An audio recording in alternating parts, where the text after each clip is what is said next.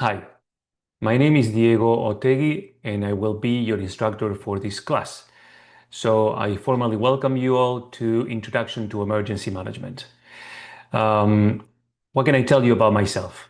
I am 50 years old. I am originally from Argentina and I moved to the United States more than a decade ago to continue my career in academia. I was very fortunate to be accepted to pursue my doctoral degree at the Disaster Research Center, University of Delaware, which I finished about a decade ago. Since then, I've been doing multiple things in academia, but also in the world of practice, mostly doing some research and trying to understand the way that decisions are made in the emergency slash humanitarian arena. And the way that I do this is by trying to understand the symbolic constructions that affect the way that these decision makers understand the reality in front of them. So this class is going to be hopefully very unique and very entertaining, but let me tell you that it's going to be quite intensive.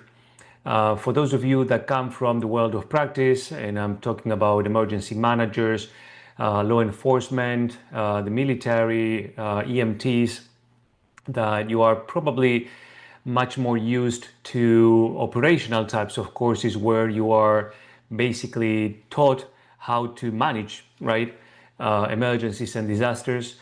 Well, let me tell you that this is not going to be a course like that. The reason is basically that there are many other places where you can go for information and knowledge that will help you polish your management skills. But if there is something that is missing nowadays, is experts with the ability to go beyond, actually way beyond that management level and go into the world of strategy and even doctrine. So let me tell you a little bit about how this course is organized. We have the first module that is called Rethinking Disaster Management in a Complex World. And this module is nothing more, nothing less than share with you things that you already know, which is that the world is becoming more chaotic by the day or by the minute, actually.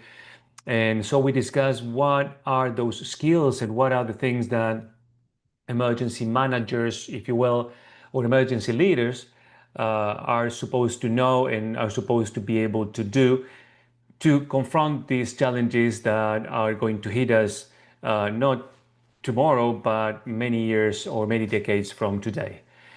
Then we have three modules that are intended to help you understand where we are standing, right? As I said before, for those of you that come from the world of practice, if you have always been around the concept of management, then probably you understand emergency management as a management type of discipline. But even though there is a level associated with management, there are three unique points of view or frameworks that I want you to understand and to know so you can prepare better to figure out how you have to approach your practice.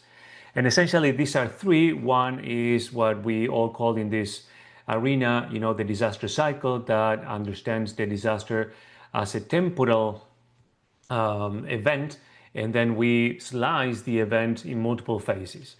Then we have a second module that is called man-made and natural disasters, although there are many people that are against calling natural disasters natural for reasons that we will explore later in the course.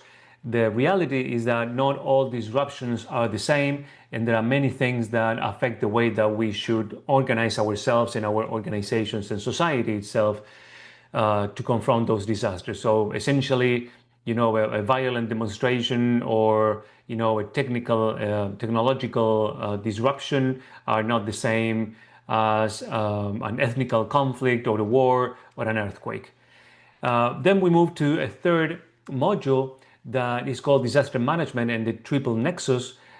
This is, in my mind, the most interesting and probably the most complex because it speaks of the need to connect emergency management as we know it in the United States, which is essentially a domestic type of discipline, to those other systems that exist worldwide and that are also made by experts, and they also have the intention to contribute to the well-being of people in our world and in the environment. But we all speak different languages, and we all face these disruptions in a different way. But that is changing, and we have to learn to speak that language and to connect to those frameworks.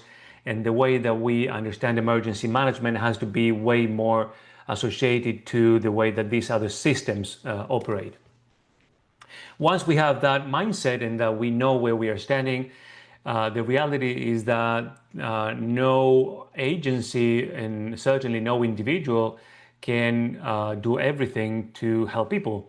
And so the only way that we have to guarantee the maximum level of efficiency from the point of view of the people that we're trying to help is by coordinating our efforts with others. So we have a special module on coordination structures. And this again is going to be interesting because what you probably guys know about what happens domestically is in no way similar. Well, it is similar, but it's very different from what happens internationally when you don't have the legal structure that you have in a certain place, and you don't have or actually you have sovereignty issues that you don't have at the domestic level.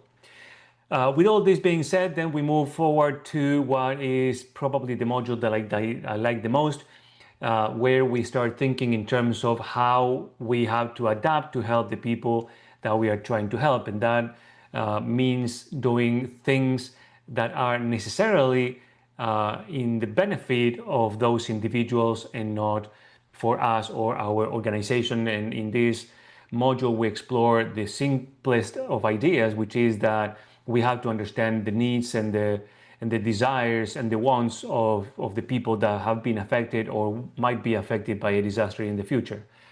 The almost last module is about leadership and integrity. And this is going to be a fascinating module, I believe, for you guys, because we discuss integrity in a way that is associated to that last module, which is not the way that is discussed in many emergency management courses. And this has to do with how do we actually define that integrity. And so once we do that, and we start exploring the things that I told you at the very beginning, related to symbolic constructions and how we perceive, even when we ask questions and ask the people that we are helping, what do they need, how our minds and our brains move in a way that is subconsciously is attached to our subconscious, and we are not always capable of putting that at the level of consciousness, and because of that is difficult to operate at that level.